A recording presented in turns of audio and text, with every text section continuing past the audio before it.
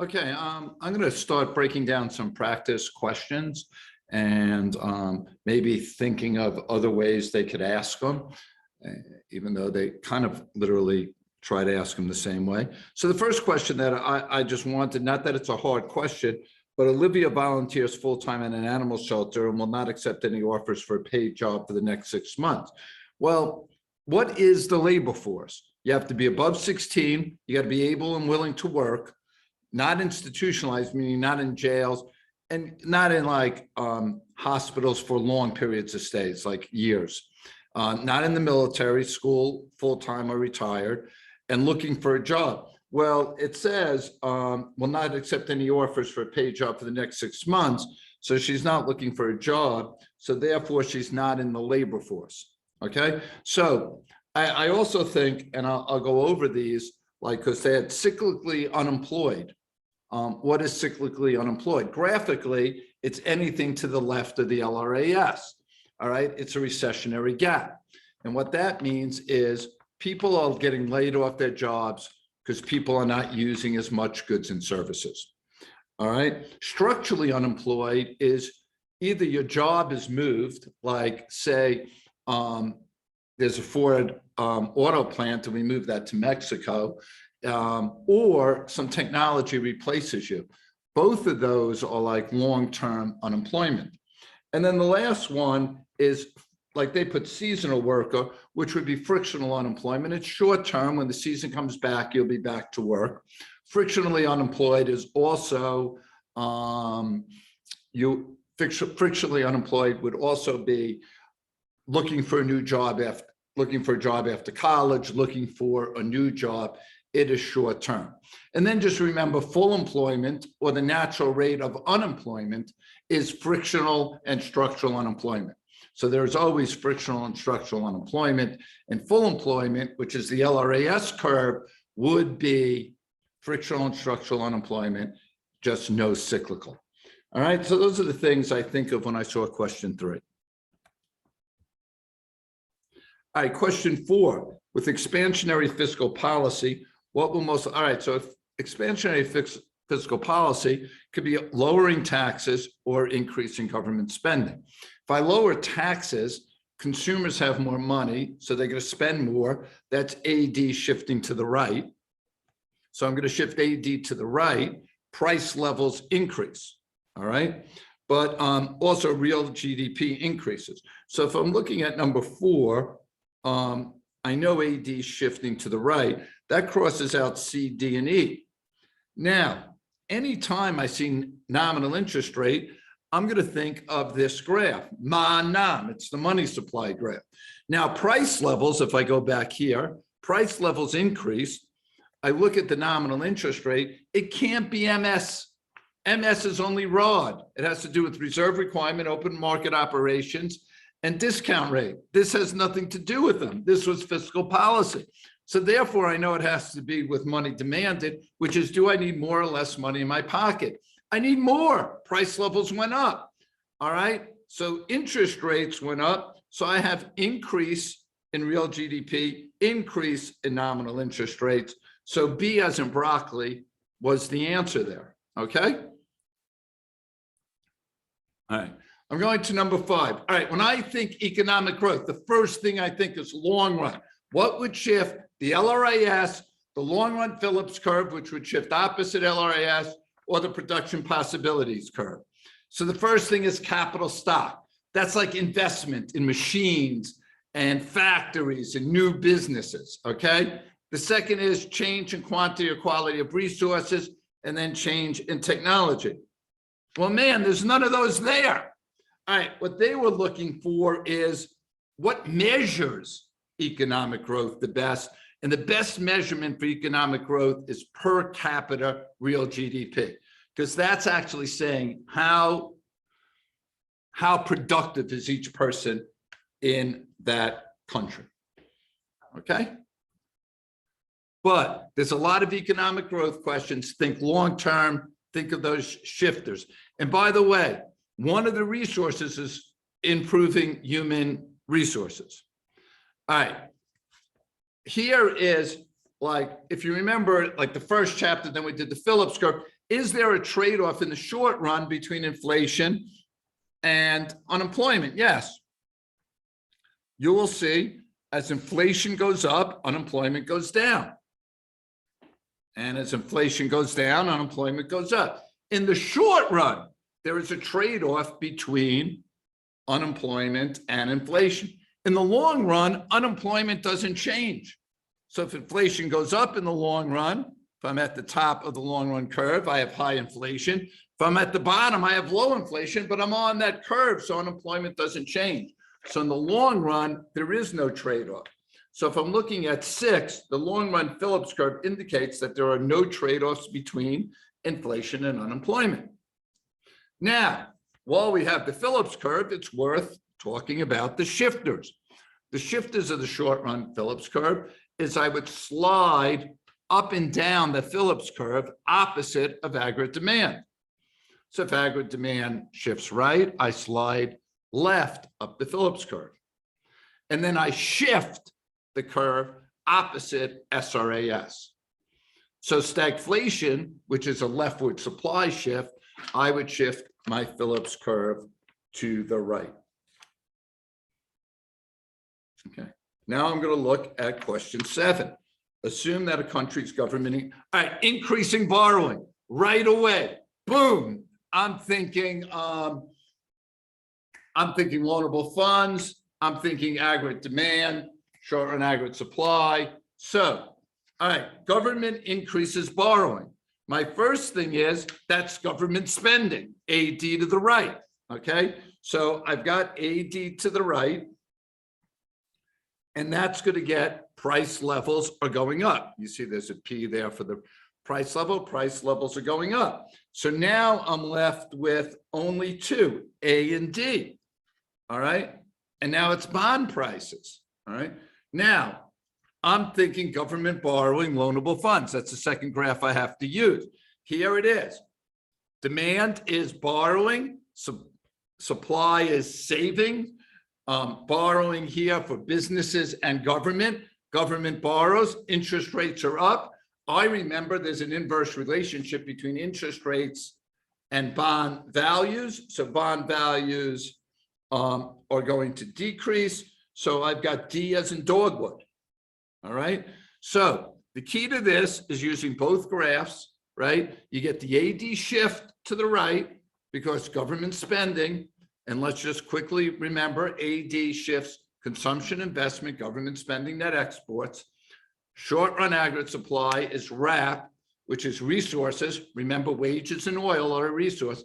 Actions of government, which is not government spending. It's government taxing or subsidizing businesses, and then productivity. Okay. And then I'm going to the loanable funds, like I said. All right. Next up is question 16.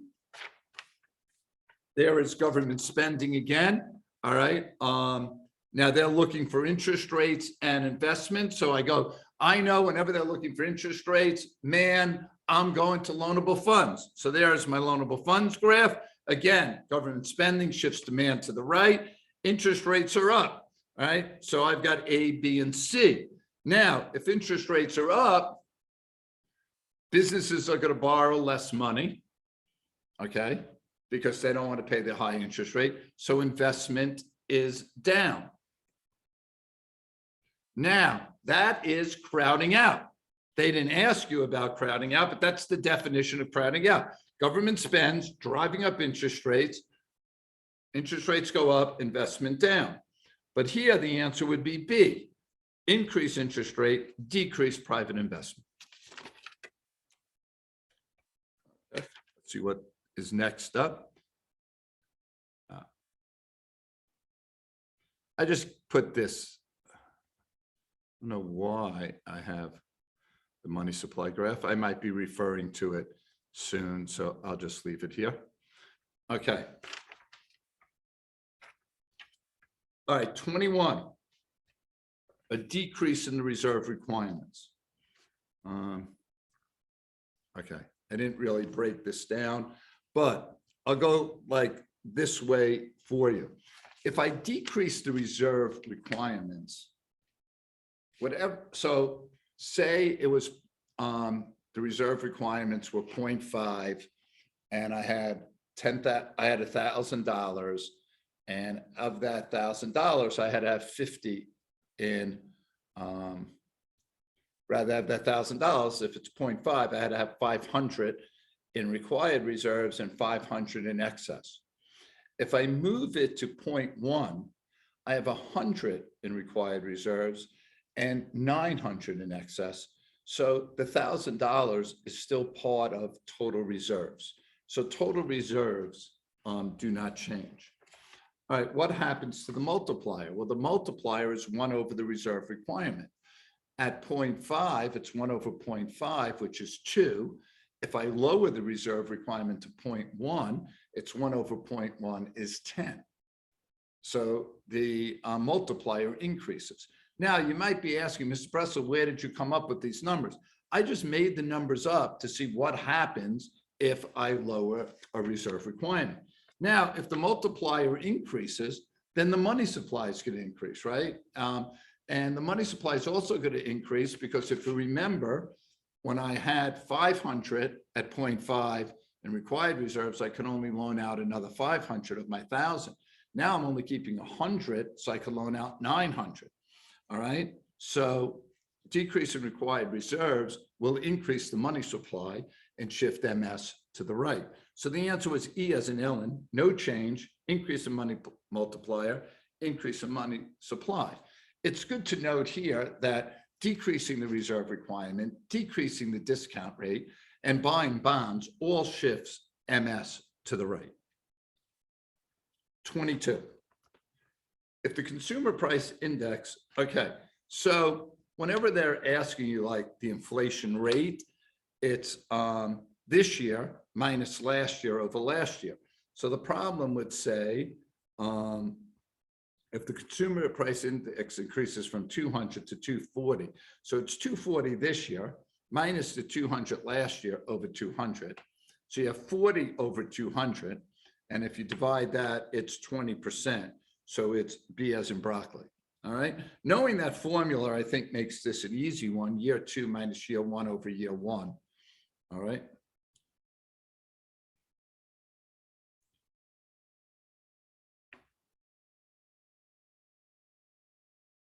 I think this says 24, but I actually think it's 23. So my mistake here.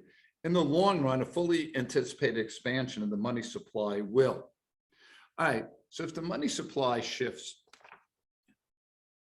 and maybe this is, I know, I don't think. So if the money supply shifts right, aggregate demand is going to shift right. So I'm going to go from A to B, shifting aggregate demand right. Now, why? If the money supply shifts right, interest rates are down. If interest rates are down, businesses are going to borrow, so investments up. So AD is going to go from A to B, okay? But they talked about in the long run, what's going to happen. All right, so I'm at B. I'm making more product than A. I need more workers. The demand for workers increases. Therefore, wages increases and SRAS shifts left, and I'm now at C. All right. So they're asking me to say what from A to C, what is the difference? Well, one is there's definitely a difference in price level, right? C is greater than A as far as price level.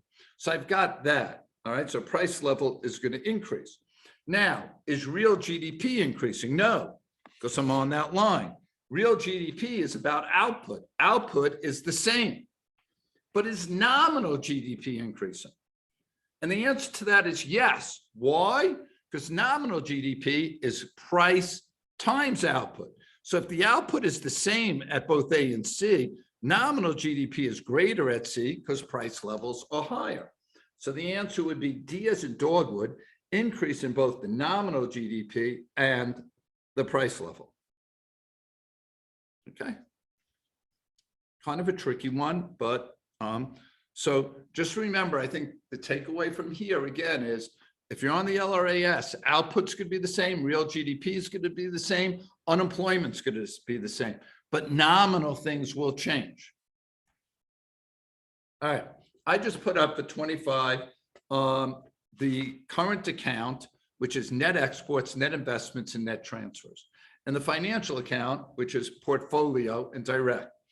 Net investments is money you make off, say, your foreign investments. Net transfers would be money leaving the country, not getting anything back for it.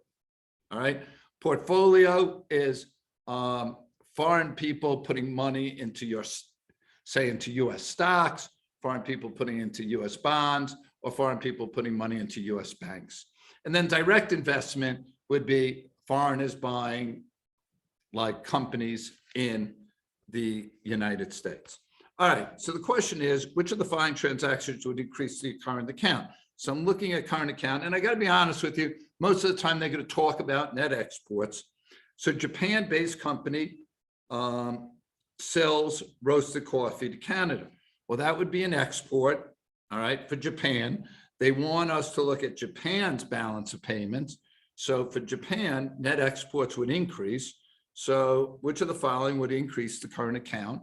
That would be it. All right, an increase in net exports. So it's A as an alpha. And by the way, if it increases the current account, it decreases the financial account because current plus financial equals 0.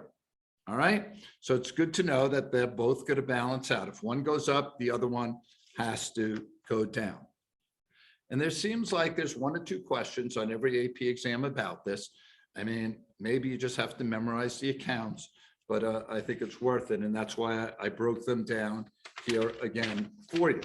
All right, let's see what the next question we go to is question 46. And that's not to say there's not difficult questions along the way. It's just ones that I either think you could figure out or that I've kind of been explained in one way or the other beforehand. All right, question 46. Assume X has the following international transactions in billions of dollars during what is the balance of current account? All right, so again, current account, I'm going to look at here. Net exports is plus 70. Foreign purchases of country X, and all right, those are all financial accounts, so that doesn't matter to me. So I'm only going to look at net exports, it's plus 70, so the answer is D as in dogwood. Again, that's the second multiple choice question based on knowing the balance of payments in current account and financial account. I picked 47 because it says tight monetary policy trends. I don't talk about tight money, but all that is a contraction. It is tightening up the money supply. So the money supply is going to go to the left, okay? And I'm going to just drag that along and I'll see investments is down. Now, guys, if like I have it memorized, interest rates up, investment down, aggregate demand down. And aggregate demand is always going to go to the way money supply shifts. So money supply shifted left, aggregate demand is going to shift left. But all you have to do is, if you know the money supply graph, just draw a downward sloping demand curve and pull them over, and you don't have to memorize the investment, okay? So the answer here was E, an increase in interest rates, which we see, and a decrease in investment, right, which we see. So all you have to do is kind of know this graph, and you could kind of get that right. All right, so that's 47. Again, Rod, what would tight monetary policy be? Selling bonds, increasing the discount rate, increasing the reserve requirement, okay? All right, 48. All right, in this test, there was very few of these, but I will give you, there was a $50,000 deposit. The reserve required ratio is 0.1. So the first thing I figure out is the multiplier, 1 over the reserve requirement, the multiplier would be 10. Then what has to be put in reserve requirements? 10% of that. So 10% of 50,000 would be 5,000. 50,000 minus 5,000 would give me the excess of 45. So the bank could lend out 45,000, okay? But I think they ask in this question, the money, what is the maximum change in the money supply? So therefore, when I see maximum change in the money supply, I know I need the multiplier. So I take 45,000 times 10, and that would be 450,000. Now, how about if they ask for a withdrawal of 50? I do the same thing. I just put minus 450,000. The next thing they could do is a bond. So I'm going to walk you through if it was a bond. So it's a $50,000 bond.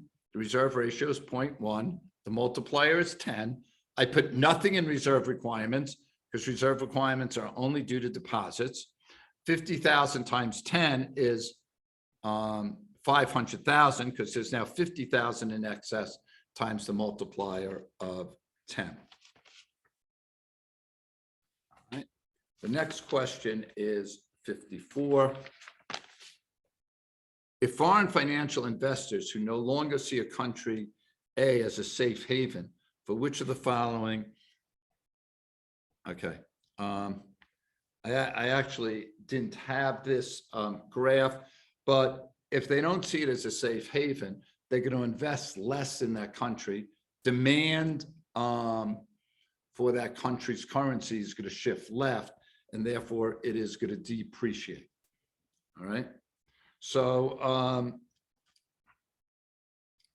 I would say, like you're going to say, is it taste or preference, income, price levels, or interest rates? I would say it's taste and preference. The taste is to keep the money out because of instability. So therefore, demand would shift left. All right. Now, what would be other shifters? So say taste and preference, like people want to see amusement parks in England, that would get us to the pound. Income, if income rises in a country, they're always going to buy more. They're always going to import more. So they're going to need the other country's currency. Price levels, we're always looking for the lowest price levels or a country that has depreciated their goods, their currency. So like if Japan's currency depreciated, we will buy more of their goods. If Japan's price levels are down, we will buy more of their goods. Okay. And then the last one would be interest rates. And here you're always looking for the highest interest rates. Is this another one? 53. I might have got these a little backwards. Assume a country's economy is currently in long run equilibrium. What is the long run effect of an increase in aggregate demand? All right, so I increased aggregate demand from A to B, right? But it said the long run effect. So again, at B, I have more, making more output. I need more workers. The demand of workers increases. Therefore, wages go up and supply shifts. So I'm at C, okay? And the answer here is D as in dogwood, an increase in price level, right? From A to C is just an increase in price level for number 53.